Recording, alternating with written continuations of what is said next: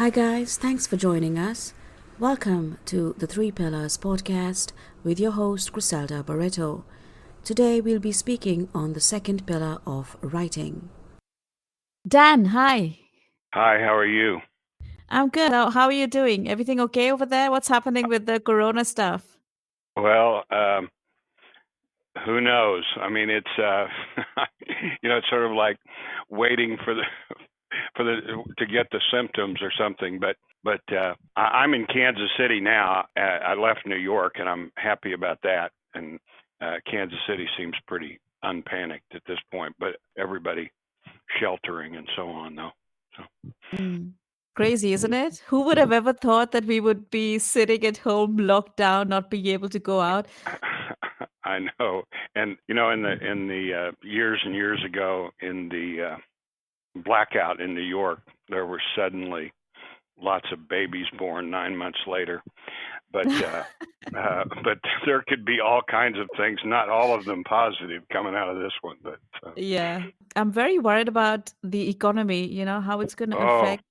in a way, I just don't think about it, and I'm just waiting to see how to pick through the rubble. Mm. I've been in the business of distressed businesses and so on, so I'll probably do okay. But even our law firm, big powerful place, I'm sure we're going to hurt a lot. But think of all the people who just aren't going to make the next paycheck. It's terrible. Mm. It is. It's awful.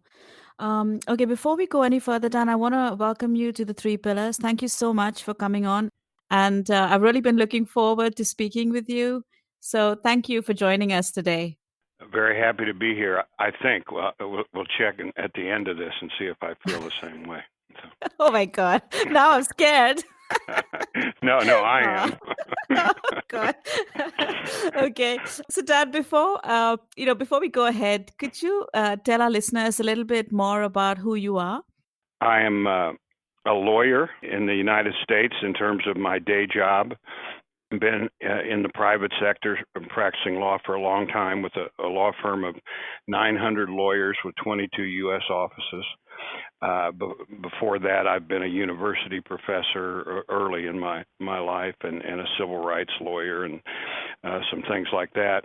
I'm also I'll call myself a writer. I'm not sure what you really have to do to earn that title except to write, but I've wanted to write creatively since I was in high school, and just never really had the courage, I guess, or whatever, to do it, except over the years, just, at various times, couldn't help but sit down and try to write something. And over time, developed a few things. And this month last year, I think, published 3 different books and working on some more. I'm running out of time to get that done.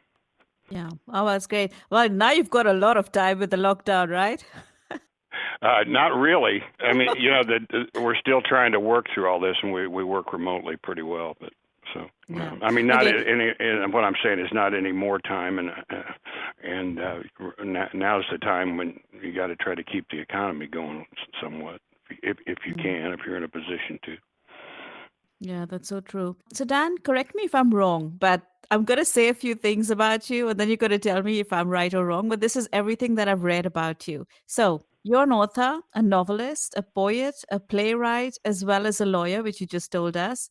Now, according to the Chambers USA, your clients refer to you as a master strategist and a consummate problem solver. You've been selected for inclusion in Best Lawyers in America in 2020, and in many areas. I don't even want to begin which areas you actually are doing your law practice in.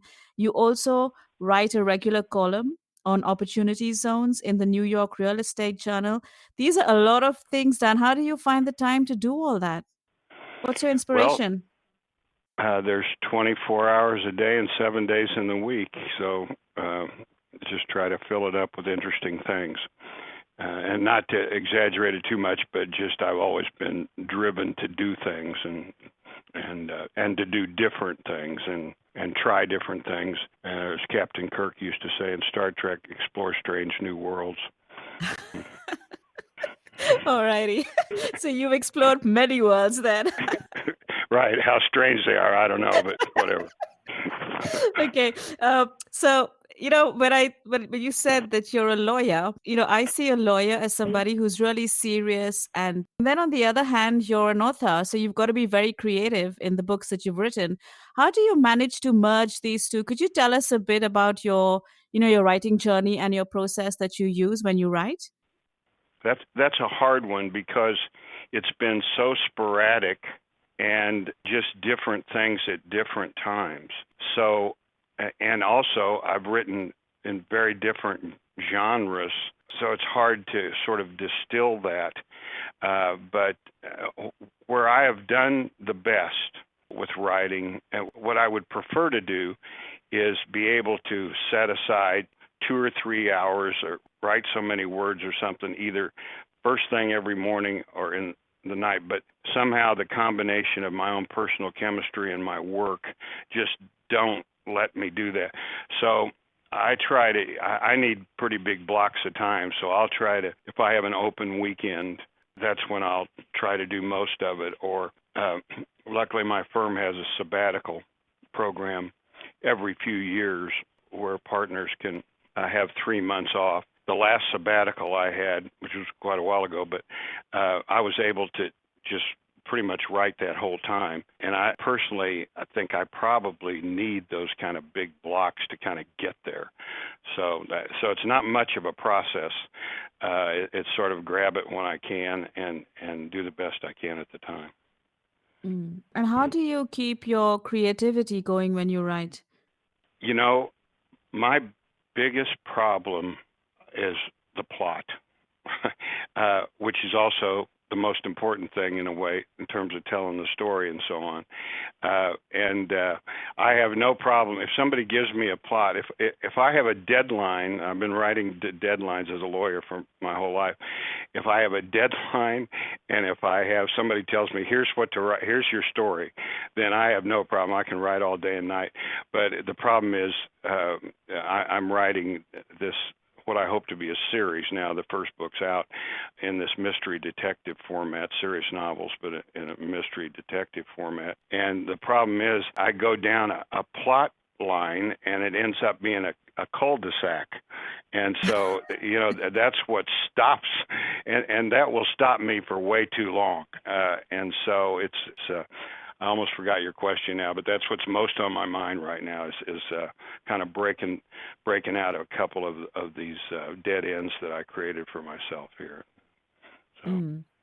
And how does your professional life as an attorney inform your writing and your characters? indirectly in a way, but especially with this mystery detective thing, the main character is a private detective who works mainly for lawyers, and one of the main characters is his childhood friend who's a lawyer.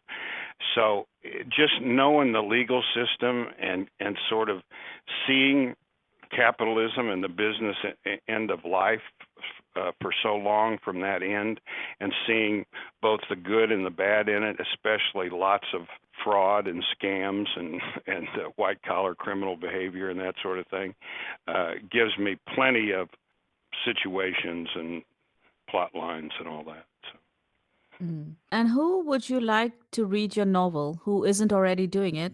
Who, in your viewpoint, would be your audience? I would think that first of all, I got 3 different books. They're very different sorts of things. But in terms of the mystery detective stuff, I would, and that book is called Mink Eyes. I would hope that someone who likes both serious literature, but with some plot and some adventure to it, that's who I think is the perfect reader for me. That's a lot of reader, but I'd like a lot of readers.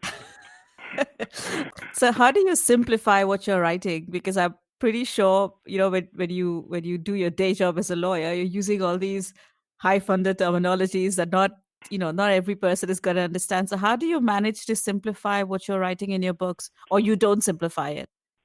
Hmm. I don't think of it that way.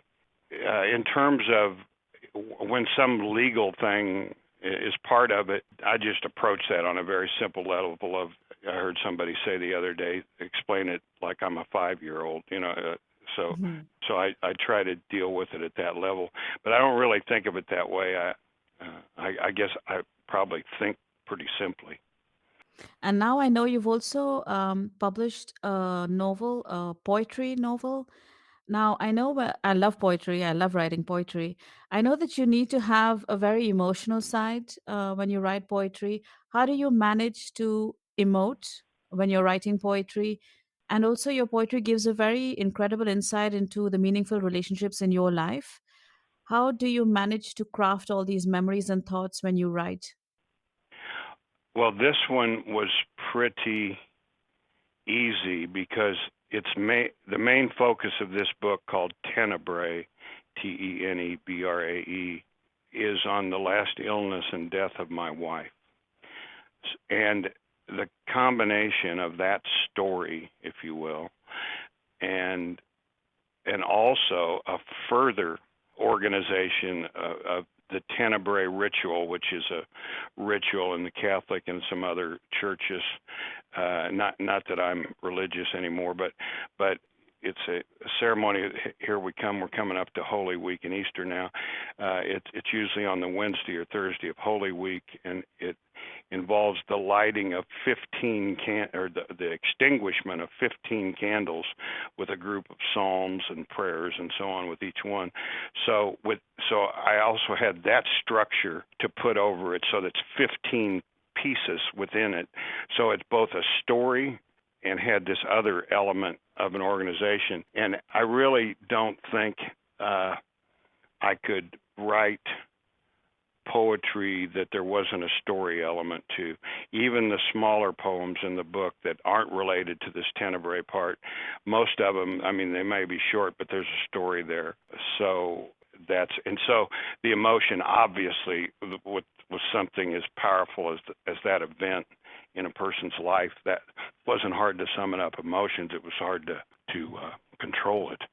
But so I think I could write poetry, but it'd have to be some, ongoing and more of it. But I think I'd have to have some sort of story to do it. You think poetry needs a story? I mean, for me, I think poetry are like short stories. There are a few paragraphs or a few lines that you're giving your audience, but it's full of emotions, and they're supposed to grasp whatever you're feeling from those few lines that you're giving them, isn't it? I think that's probably true for most of the world. I'm just talking about for me. I don't know that I could write it with like haiku. Mm, I think I have to have a story to tell. mm, That's a very personal. I don't think, you know, I don't think it's about poetry generally. It's about me writing poetry. mm. I forgot to mention before, I'm so sorry about your wife, but I also know that you're a playwright. Could you tell us a little bit about some of your inspirations from the stage? Yes, and it comes from a lot of different places. And believe me, I don't equate my talent with some of the people I'm going to answer to, but Shakespeare very much so, and very deeply. Uh, Also, moving in a completely different direction. One of the most powerful influences ever on me was Who's Afraid of Virginia Woolf by Edward Albee. Just an incredible impact it had on me. And then, coming from a completely different direction, Chorus Line, the musical, Mm, and the way that was presented, the way the stories were told, and so on, was a real inspiration to me. And then, mm, and beyond that, things like I have one play that's a historical sort of play. Um, that things like Peter Schaefer's Amadeus and A Man for All Seasons, and so, mm. those. Okay. So why do you like writing in that format, in the format of plays? Is it the idea of seeing your work on stage? Is it the dialogue that you like writing? What is it actually that draws you to it? I think I'm better at writing dialogue than anything else, and the rest is just coincidence. The first stories that I wanted to tell, I thought were better presented in a play format. But I've got plays, novels, short story, I mean, I don't know if I'm any good at any of it, but I'm very willing to move around in all of that, depending on what I have to tell and what the best way to tell it that occurs Mm. to me. Mm. Even now, I'm taking this Mink Eyes and the characters in it, and I don't know what I'll ultimately be able to do with it, but I've written a screenplay of it and a TV pilot as well. So I may be stupid, but I'm not afraid to wander around in all kinds of different places. Yeah, I wanted to ask you about the screenplay writing. How was it? What was your journey with that? I had in college I majored in film and other media, and I just never did anything with it. So it's sort of been with me and the sense of it for a long time. And I had this novel already done, and so so I didn't have to come up with something brand new for it. Although the challenge really, and it's a huge challenge, and I haven't fully gotten there, is to take all that novelistic stuff and the way you write speeches and so on in a novel and dumb it down, I guess you'd say, or distill it for that kind of screenplay format. It's a whole different world of what they want you to do and say and how they want you to tell a story than a novel. Mm. Yeah, because I think that you've got to, how do you say this? You've got to minimize all your, what you're trying to say in a few lines into the dialogue. I think that must be really difficult, isn't it? It is very hard. Yeah, which parts do you actually omit out and which parts do you keep in? And is it the correct parts that you're keeping in? I think that's super difficult. It would be really difficult for me. It really is, and I've had a few situations. This is very recent, where something I was ready to cut and I'd marked for cutting, and then I show it to somebody who knows what they're doing in the business. Say, I really like that scene, So what I think is good or not, or should be in there or not, who knows? It's just really hard. It's just a feeling, I guess, right? Yeah, What you yeah. feel should be there or not. Yeah. Okay. Now, Dan, on your website, I see that you have a few categories of blog entries there. Could you tell us a little bit about your inspiration behind those? Yeah, when I set that blog up, and it's one of my disappointments that I don't do as much on it as I'd like to. I thought, well, what are the things I'm most interested in, and might I have things that people would be interested in hearing about? So I thought of those things as one of them, and the one that's turned out to be my favorite one is called gag reflex, and it's the things that make me gag in the culture and use of words and that sort of thing. And I guess at heart I must be kind of a hostile person or something, but it's words like icon and those kind of things. They're overused all the time. So that's what that's for. I have one that's sort of a miscellaneous. I've always loved the concept of these places that you see in cities that say post no bills, and there's crap all over them. People are posting bills all over those very things. So I've got one Mhm. called Post No Bills that's sort of a miscellaneous kind of thing. I've got Mhm. one called Priam's Daughter, which is a political stuff, which I avoid pretty much, but there's some stuff on there. I've got another one called that's a travel type thing that's called Flaneur, the stroller in the city.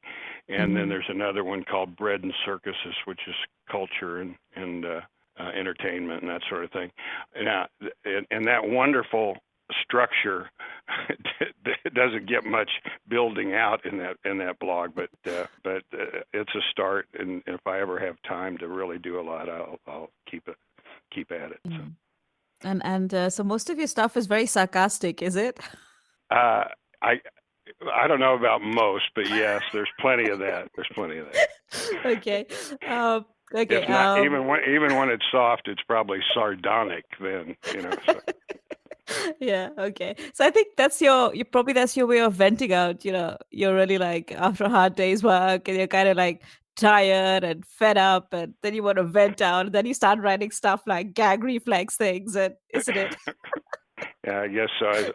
As I've told a couple of people, my tank of anger is pretty much always full. Oh my God. It's really it could, you want to be careful about trying to put some more in it. Oh Uh, my God. Okay. So that's why you should write more poetry, probably, because poetry is kind of calming, isn't it? I don't know, actually. For me, it's very calming. I don't know. Is it for you? I'm trying to think if anything has been calming for me. I don't think it is. Well, I hope this chat is calming you down. It's enjoyable anyway. Okay, cool. Okay. Okay, let's go on. So Dad, you opened a drug treatment center called Sierra Tucson, if I said it correctly. Hmm. Could you tell us your journey with that place? Yes, uh, I'm a recovering alcoholic myself.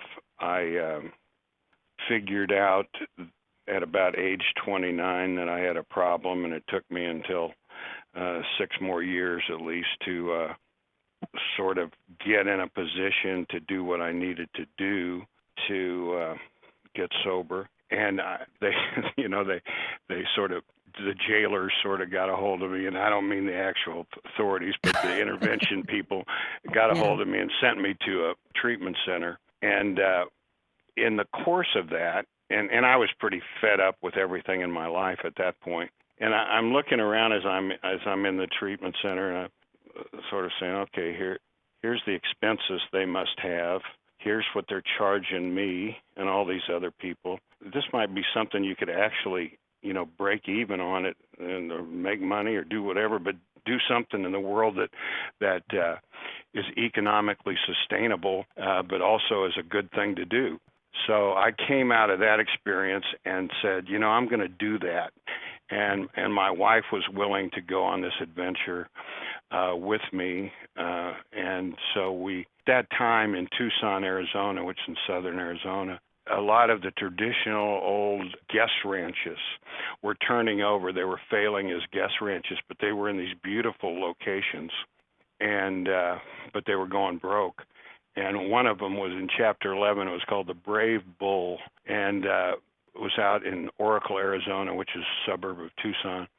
And so we went out there, and I bought this thing out of the Chapter 11, and knowing nothing. 9 months later, we opened Sierra Tucson, which I was not able to keep because I had vision and all that. I had everything but the money to keep it going.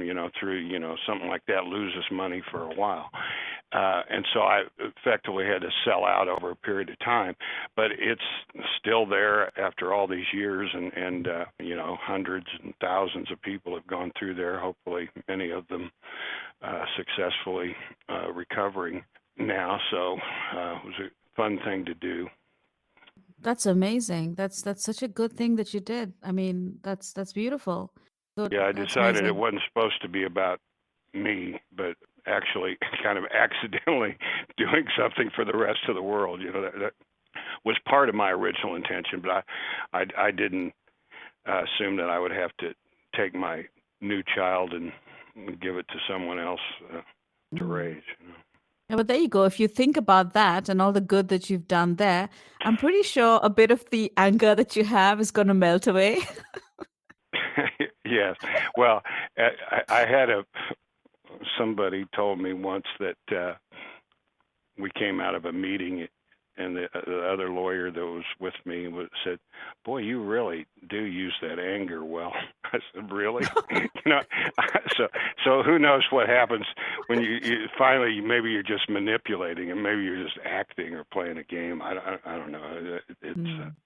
you'd have to ask the people in my life who have to put up with me whether it's tolerable or not. So Gotta have another conversation with them then. yeah, right, exactly. Okay, so I think as a writer, many times what you put down on paper is actually your own kind of emotions and stories and experiences. Is that I mean, have you done that with your books then? Is there a certain kind of element of addiction that you've, put into your stories as well? Yeah, it probably, I'm trying to think. Actually, there's probably some aspect of it in almost everything I've written. I think Mm. there is. And so obviously that's been a very dominant thing in my life. It doesn't necessarily, it's not necessarily the dominant thing in everything. For example, I have a book called Dewdrops, and Dewdrops is a novella with two short stories bracketing it, so three pieces in it. Uh, the centerpiece, Dewdrops, is actually takes place in a treatment center, and it's about addiction, and more importantly, about how to recover and how not to be able to recover from it. But the first story is about a little boy and growing up in a kind of dysfunctional addict household, and that isn't the dominant thing. It's about him and him navigating and dealing with life. But even that one has a significant aspect of it in there. So I suppose maybe it's a little there in everything. Yeah. I also I think that music and geography both feature very strongly in all your work. Do you see these elements as a kind of a character? I don't think of it exactly that way. I do think I'm glad that somebody, third party, thinks that's so, or might think it's so, because that means that I did. I worry I never worry about my dialogue, and I don't worry very much about my ability to create interesting characters. I do worry about plotting, my ability to write a good description of a scene and a place and so on. And so I'm always glad to hear when somebody says, "Well, I like your description of that," or whatever. The music part is something in a way I don't intend, and it's just there. It's so much, and it's also a good way to kind of stress certain themes or work something in there a little bit obliquely. So Could you give us an example of how you incorporate music into your yeah, story? well, there's and here's two oddly different ways. In one place, in Mink Eyes, which is, as I said, a serious novel in this mystery detective form, and it's really a coming of age book, belated. It's a guy in his 30s coming of age, but throughout it, I emphasize a song that Bob Seger did. I can't believe it that I'm not thinking of it right now, but I will before it's over. And I Mm. keep working that through because it's about a motorcycle trip he took, and it's the end of the song is "Next time we'll get it right," and it's that kind of a theme working out throughout the book. So that's one very deliberate sort of way. Another thing in Dewdrops. The first reader I had, sort of professional editorial reader, there's a character in it that's a female rock goddess type, and she, the reader, convinced me that I should actually try to work in a song that this character would write, at least the lyrics to it, and so that becomes a fairly big thing and part of that story. So that one was actually sort of a here's what you ought to do, and I did it. So it comes from different places in terms of the music. Let's go back to your, the first book that you published. Tell us how long it took you to write it. Did you have any problems writing it? And how did you get it published? Did you work together with an editor to get it published? And, just take us through that whole journey. Yeah, and it's sort of incredible. I actually originally got an agent for that book and a publisher, and the publisher went bankrupt. And so I actually reached what I thought was the pinnacle at that point, and then crashed. And then I sort of went back to the market, and this person wanted this, and this person wanted that, and it was a first novel, and first novels are hard enough. And I just thought, hey, this book can't stand all this, and I'm not going to put any more time into it. So I kind of quit for a while, and then years later came back to it, and on one of these sabbaticals I'm talking about, Hmm. and I was going to do something else, and I took that. I said, that's pretty good. You ought to do something else with. So I did a whole lot to it. Added new subplots and different emphases and other things, and decided to pass the gatekeepers this time, and I just published it myself. It's a And long time in coming, but and unusual in that respect. But in terms of how long it took. you published it yourself. What about your other books? Did you also self-publish them? Yes, yeah. Okay. And And was it easy? well, it put it this way, it was easier than I thought it would be, and the only downside to it, there's two downsides, I guess. One is not receiving whatever validation you think you need to get from someone at some publishing house saying this is good enough to publish. I decided I know that very well myself. I know what's out there, and I think I know my limitations, and I think I know pretty much my strengths. So I've kind of gotten over that, although you'd always like the validation. But I mean, Mm. I'm getting some validation from the reviews and other readers and so on. The other part is you think, how do I go marketing a book? Well, anymore the publishers are so strapped that they're, unless you're a really big deal, you're not going to get much support for them. So even though I spent a lot of my life being frustrated by having chosen, let's call it the capitalist way as opposed to the struggling, starving writer way of life, it sure turned out to be helpful when trying to market a book. So I probably have more to be able to spend to do some kind of marketing, and I don't want to suggest that I've had some wonderful experience in making a lot of. It's not. I don't do it to make money, in any event. But it to be in control of all of it. I don't have to ask permission from any publisher or anything else about Mm. my intellectual property, et cetera, et cetera.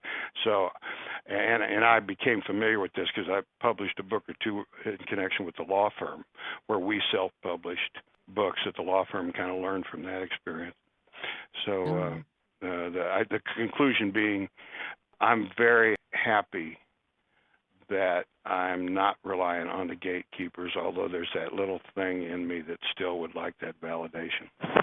Mm. Yeah, I know what you mean.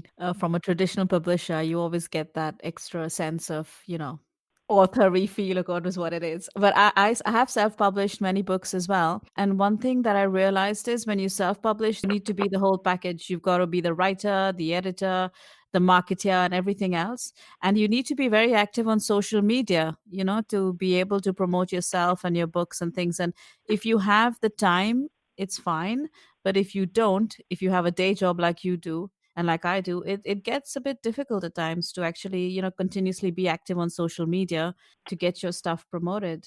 Yeah, it is, and it's even worse with me because I'm a what social media person, so it's very, I mean, I don't have a Facebook page except I have one for this book. I never had one before, but luckily my daughter helps me a lot in that respect, and also, I've paid some people to do some things that I otherwise couldn't have done. But even then, it's really, you hear it all the time. It's true. It's to do it right. It's almost a full-time job, and Mm. And you said that you were going to release a series of 3 books. Is that for Mink Eyes then? no, I already did that. Oh, Yeah, the Mink Eyes, the Dewdrops, which is the novella with the 2 short stories, and then the poetry book Tenebrae. All those are released. What I'm doing now is writing the second book in, let's call it the Mink Eyes series. That book's set in the mid 1980s.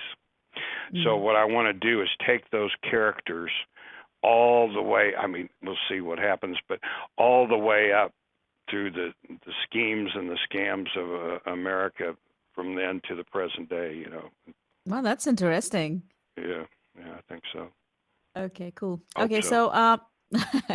so Dan, if I say healing through creativity, does that speak to you? I'll say it differently, and I'm sure this is very different for different people. I couldn't be creative until I healed, and for me, healing was recovering from addiction. And beyond that, I've been driven to do this forever. I've tried to give it up a couple times completely. I've thought that I was happier in some of those times than otherwise. It is painful for me to write. It's not something I sit down and revel in, but it's hard work. But at the same time, I do believe it is something I was meant to do and is deep within me, and I'm really glad that I'm able to do it. But it's sort of reversed for me. I don't think I didn't write anything at all while I was addicted, or Mm, in my addiction, I guess was what I should say. okay, I understand. And have there been any writers or books that have played a key role on your writing journey? Well, there've been a lot, I guess. Again, I don't truly compare myself to any of these people, but they're the people who are sort of uh, over my shoulder, if you will, go clear from just rattling them off, go clear from Shakespeare again, all the way through, thinking of the present day. I mean, probably everybody in my generation was influenced a lot by Salinger, Mm, but also more recent people, Robert Stone, E.L. Doctorow. Uh, Huge for me was Turgenev, the Russian writer, Faulkner, Fitzgerald, probably a lot more I'm not thinking of, but pretty much nobody really strange or different, that people have heard of. And And and poetry, a huge influence has been Yeats. oh yeah, of course, one of the classics. Yeah, right, right. Mhm. So, considering that you've written in so many different genres, you've already written three different kinds of books. Um, are you thinking about writing other genres that would challenge you more in the future? Do you want to step out into other kind of, maybe nonfiction, for example, or have there been other genres on your mind for the future? Well, my first book is actually completely different than all these. I have a Ph.D. in history and taught at the University of Virginia. My first book's called The Criminal Law of Slavery, about American slavery and the treatment of criminal slaves, which was published from my dissertation. I'm actually thinking about going back to that and republishing it with a new Wow. foreword, to kind of bring up the scholarship up to date. But that's sort of a side project. I don't think I have any notion of doing any nonfiction. I do have the idea to, the world's so challenged, attention deficit syndrome, of Mm. writing something with very small pieces, little stories, but and not that I'd be the first one to do it, but like a page or less of each one, so somebody could read it and move on and deal with their attention deficit problem that way. So, but I'm not thinking of anything particularly. I figure I've spread myself. I tell people I spread myself so thin I don't know if I'm there anymore now. You've become invisible to the rest of us. So. Okay.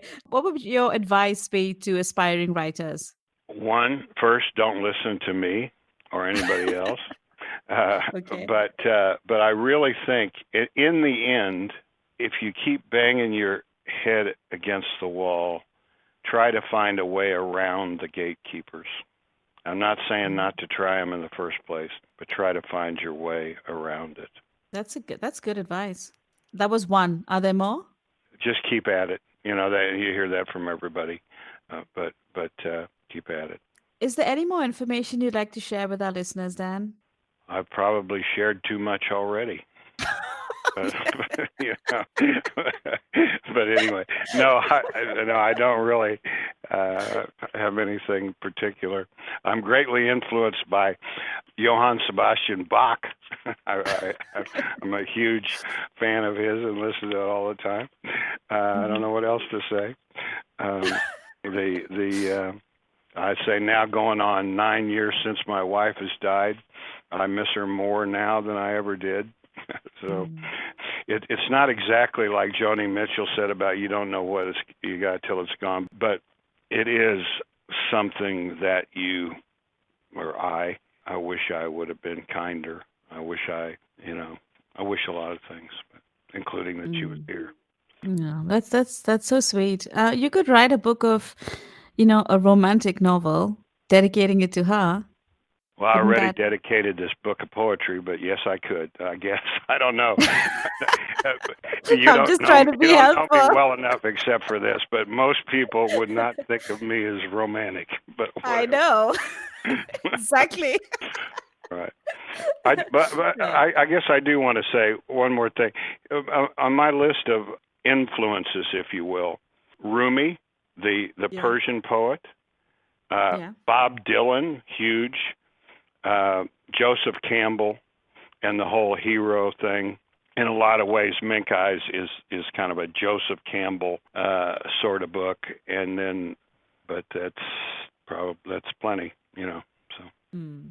What about I'm just fooling around, but I'm going to ask it in any case. I mean, you're a lawyer and you've had loads of cases which are supposed to be confidential, and I know you will keep it confidential, but there must be some kind of juicy stories that you get from there that you could, kind of reinvent and write a nice juicy novel out of it.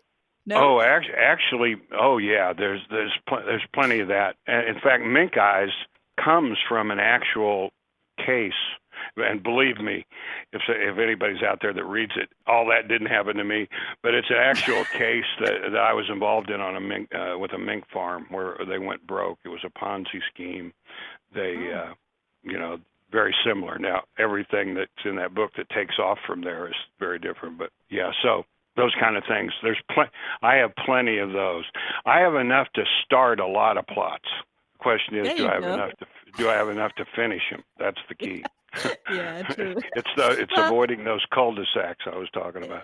yeah. No, but if you have your short story thing happening, you'd have millions of pages there to fill in all these stories. Yeah, right. That's true. Okay. It's been lovely talking to you, Dan. I have then the last question for you. How can the listeners contact you or find your books? A couple of ways. They're all on Amazon. They're all on Barnes and Noble.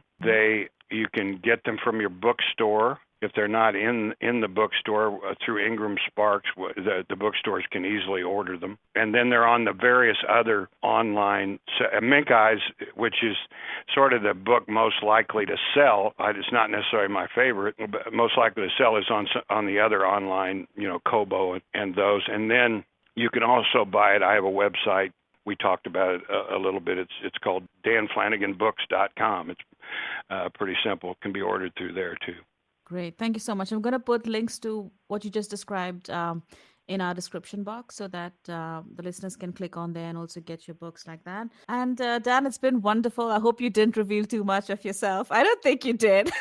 That's one thing I decided clear back in recovery of you got to be who you are, and we're only as sick as the secrets we keep. So. Mm, true, true. Well, I wish you a lovely day, Dan. It was lovely having you on the show, and we should keep in touch. I'm going to try and find that one Facebook page that you're on. Okay, right. Don't leave me a message though, because No. it'll be a message in a bottle, be Oh my floating out on God. the waves. Oh my God. And these times you've got to be on social media. What are you I doing know it. otherwise? I know it. I'm trying, but I mean, it's crazy because I haven't seen my friends in like what, a couple of weeks now. And then the only thing that actually keeps me active and actually, conversing with them is social media. Because if it wasn't there, I mean, I don't know what would, I would be completely locked out then. I'm very Anyway, so digital, but sort of email digital, if you know what I mean. yeah, yeah. Yeah, no, I know what you mean. It's a different thing. You have to get used to social media, and especially if you're coming from that viewpoint of that you'd like your private life to be to yourself, and you don't want to divulge in too much information and share, as they call it. Then I understand that it's difficult, but yeah, it takes some getting used to as well. So Okay. and yeah, so take care, and thank you once again, and we'll keep in touch. Yeah. Thank you. Yeah. It's been fun. Thank you, Dan. See you. Bye. Bye. Bye. Bye. Thank you for joining us on The Three Pillars. See you next week and make it awesome.